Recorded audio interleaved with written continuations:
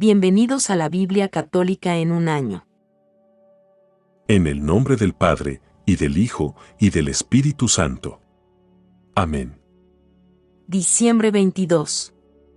Segundo libro de los Macabeos, capítulo 1. Los hermanos judíos de Jerusalén y los del territorio de Judea saludan a los hermanos judíos de Egipto, deseándoles paz y felicidad.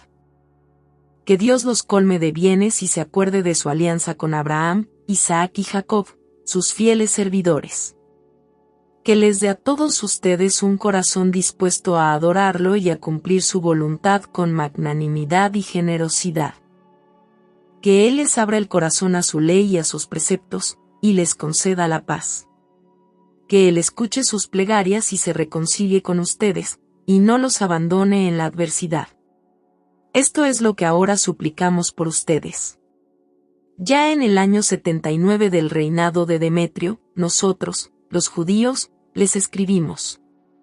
En medio de la tribulación y de la crisis que soportamos durante estos años, desde que Jasón y sus partidarios traicionaron la Tierra Santa y el reino, incendiaron la puerta del templo y derramaron sangre inocente, nosotros suplicamos al Señor y fuimos escuchados.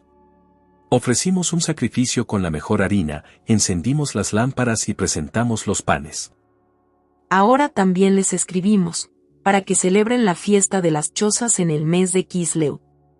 En el año 188, los habitantes de Jerusalén y los de Judea, el consejo de los ancianos y Judas, saludan y desean prosperidad a Aristóbulo, preceptor del rey Ptolomeo, del linaje de los sacerdotes consagrados, y a los judíos que están en Egipto.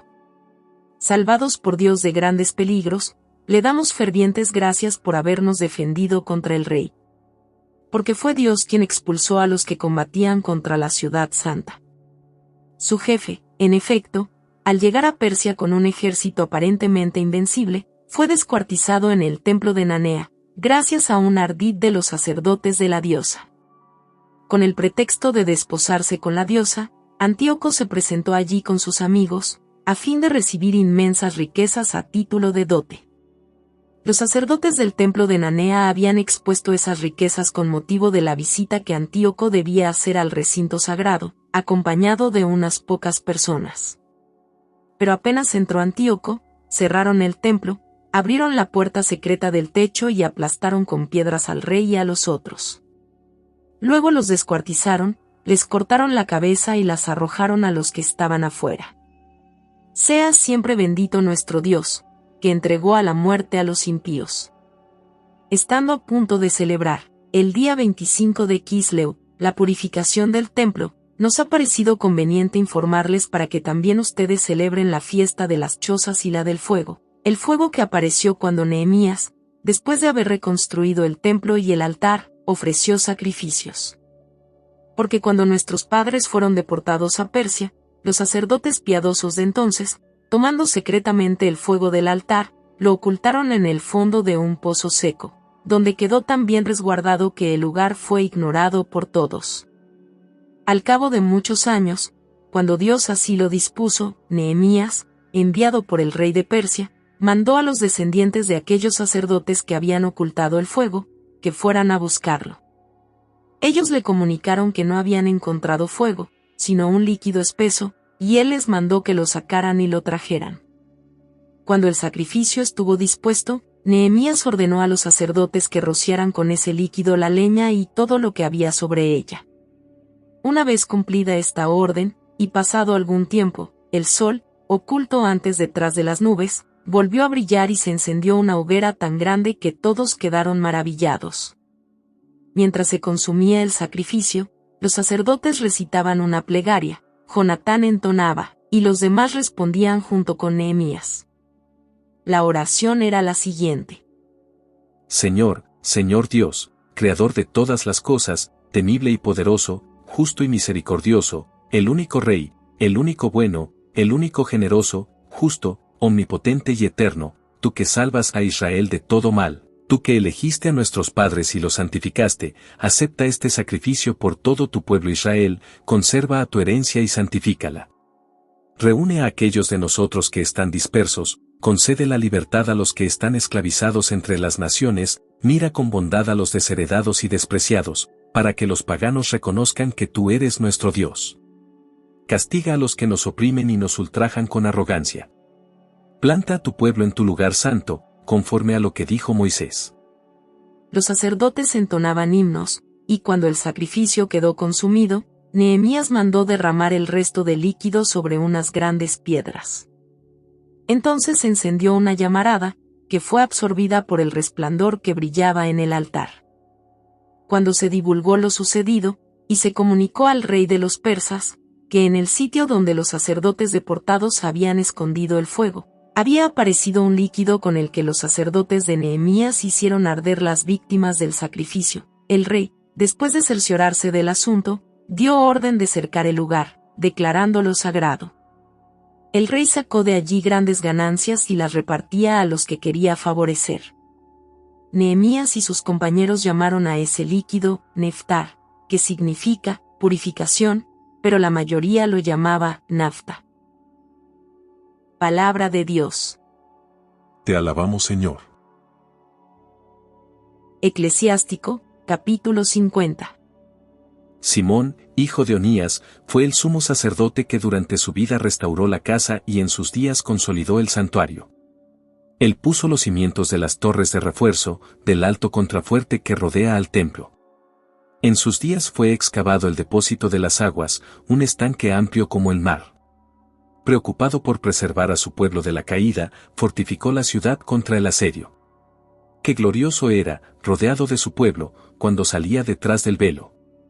Como lucero del alba en medio de nubes, como luna en su plenilunio, como sol resplandeciente sobre el templo del Altísimo, como arcoíris que brilla entre nubes de gloria, como rosa en los días de primavera, como lirio junto a un manantial, como brote del Líbano en los días de verano, como fuego e incienso en el incensario, como vaso de oro macizo adornado con toda clase de piedras preciosas, como olivo cargado de frutos, como ciprés que se eleva hasta las nubes. Cuando se ponía la vestidura de fiesta y se revestía de sus espléndidos ornamentos, cuando subía al santo altar, él llenaba de gloria el recinto del santuario.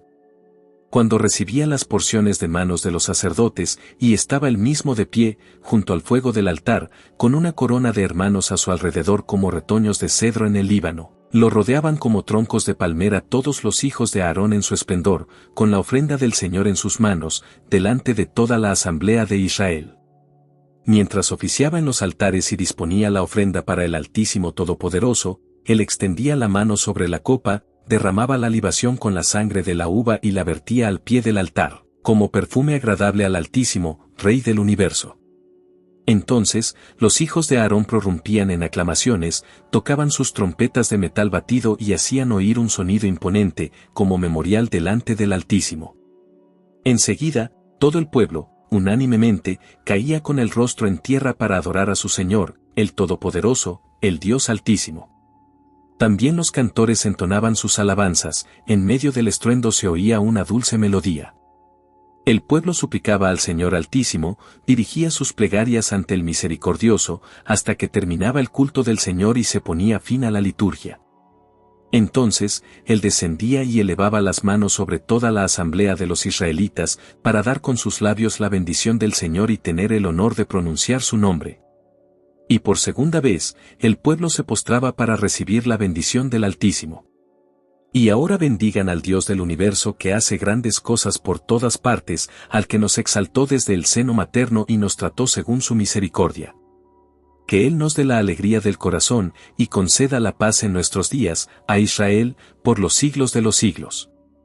Que su misericordia permanezca fielmente con nosotros y que nos libre en nuestros días. Hay dos naciones que detesta mi alma, y la tercera, no es una nación, los que habitan en la montaña de Seir, los filisteos, y el pueblo necio que habita en Siquem. Una instrucción de sabiduría y de ciencia es la que dejó grabada en este libro Jesús, hijo de Sirá, hijo de Eleazar, de Jerusalén, que derramó como lluvia la sabiduría de su corazón. Feliz el que vuelve continuamente sobre estas palabras. El que las ponga en su corazón, será sabio. Si las practica, será capaz de afrontarlo todo, porque la luz del Señor marca su huella. Gloria al Padre y al Hijo y al Espíritu Santo. Como era en el principio, ahora y siempre, por los siglos de los siglos. Amén. Libro del Apocalipsis, capítulo 13. Entonces vi que emergía del mar una bestia con 7 cabezas y 10 cuernos. En cada cuerno tenía una diadema, y sobre sus cabezas había leyendas con nombres blasfemos. Parecía una pantera, pero tenía las patas como las de un oso y la boca como la de un león. El dragón le cedió su poder y su trono con un inmenso imperio. Una de sus cabezas parecía herida de muerte, pero su llaga mortal ya estaba cicatrizada. Toda la tierra, maravillada, siguió a la bestia, y todos adoraron al dragón porque él le había cedido el poder, y también adoraron a la bestia, diciendo: ¿Quién se le puede igualar y quién puede luchar contra ella? Y se permitió a la bestia proferir palabras altaneras y blasfemias, y se le dio poder para actuar durante 42 meses. Ella abrió la boca para maldecir a Dios y blasfemar contra su nombre y su santuario, y contra los habitantes del cielo. También le fue permitido combatir contra los santos hasta vencerlos, y se le dio poder sobre toda familia, pueblo, lengua y nación. Y la adoraron todos los habitantes de la tierra cuyos nombres no figuran, desde la creación del mundo, en el libro de la vida del Cordero que ha sido inmolado. El que pueda entender, que entienda. El que tenga que ir a la cárcel, irá a la cárcel, y el que tenga que morir por la espada, morirá por la espada. En esto se pondrá a prueba la perseverancia y la fe de los santos. Enseguida vi surgir de la tierra otra bestia que tenía 2 cuernos como los de un cordero, pero hablaba como un dragón. Esta bestia ejercía todo el poder de la primera y estaba a su servicio, y logró que la tierra y sus habitantes adoraran a la primera bestia, a aquella cuya llaga mortal se había cicatrizado. También realizaba grandes prodigios, llegando a hacer descender fuego del cielo sobre la tierra a la vista de todos. Y por los prodigios que realizaba al servicio de la primera bestia, sedujo a los habitantes de la tierra para que fabricaran una imagen en honor de aquella que fue herida por la espada y sobrevivió. También se le permitió dar vida a la imagen de la bestia, para hacerla hablar y dar muerte a todos aquellos que no adoran su imagen. Así consiguió que todos, pequeños y grandes, ricos y pobres, libres y esclavos, se dejaran poner una marca en su mano derecha o sobre su frente, de manera que nadie podía comprar o vender, si no llevaba marcado el nombre de la bestia o la cifra que corresponde a su nombre. Para esto se precisa sutileza. El que tenga inteligencia calcule la cifra de la bestia, porque es una cifra humana, 666. Palabra de Dios. Te alabamos, Señor.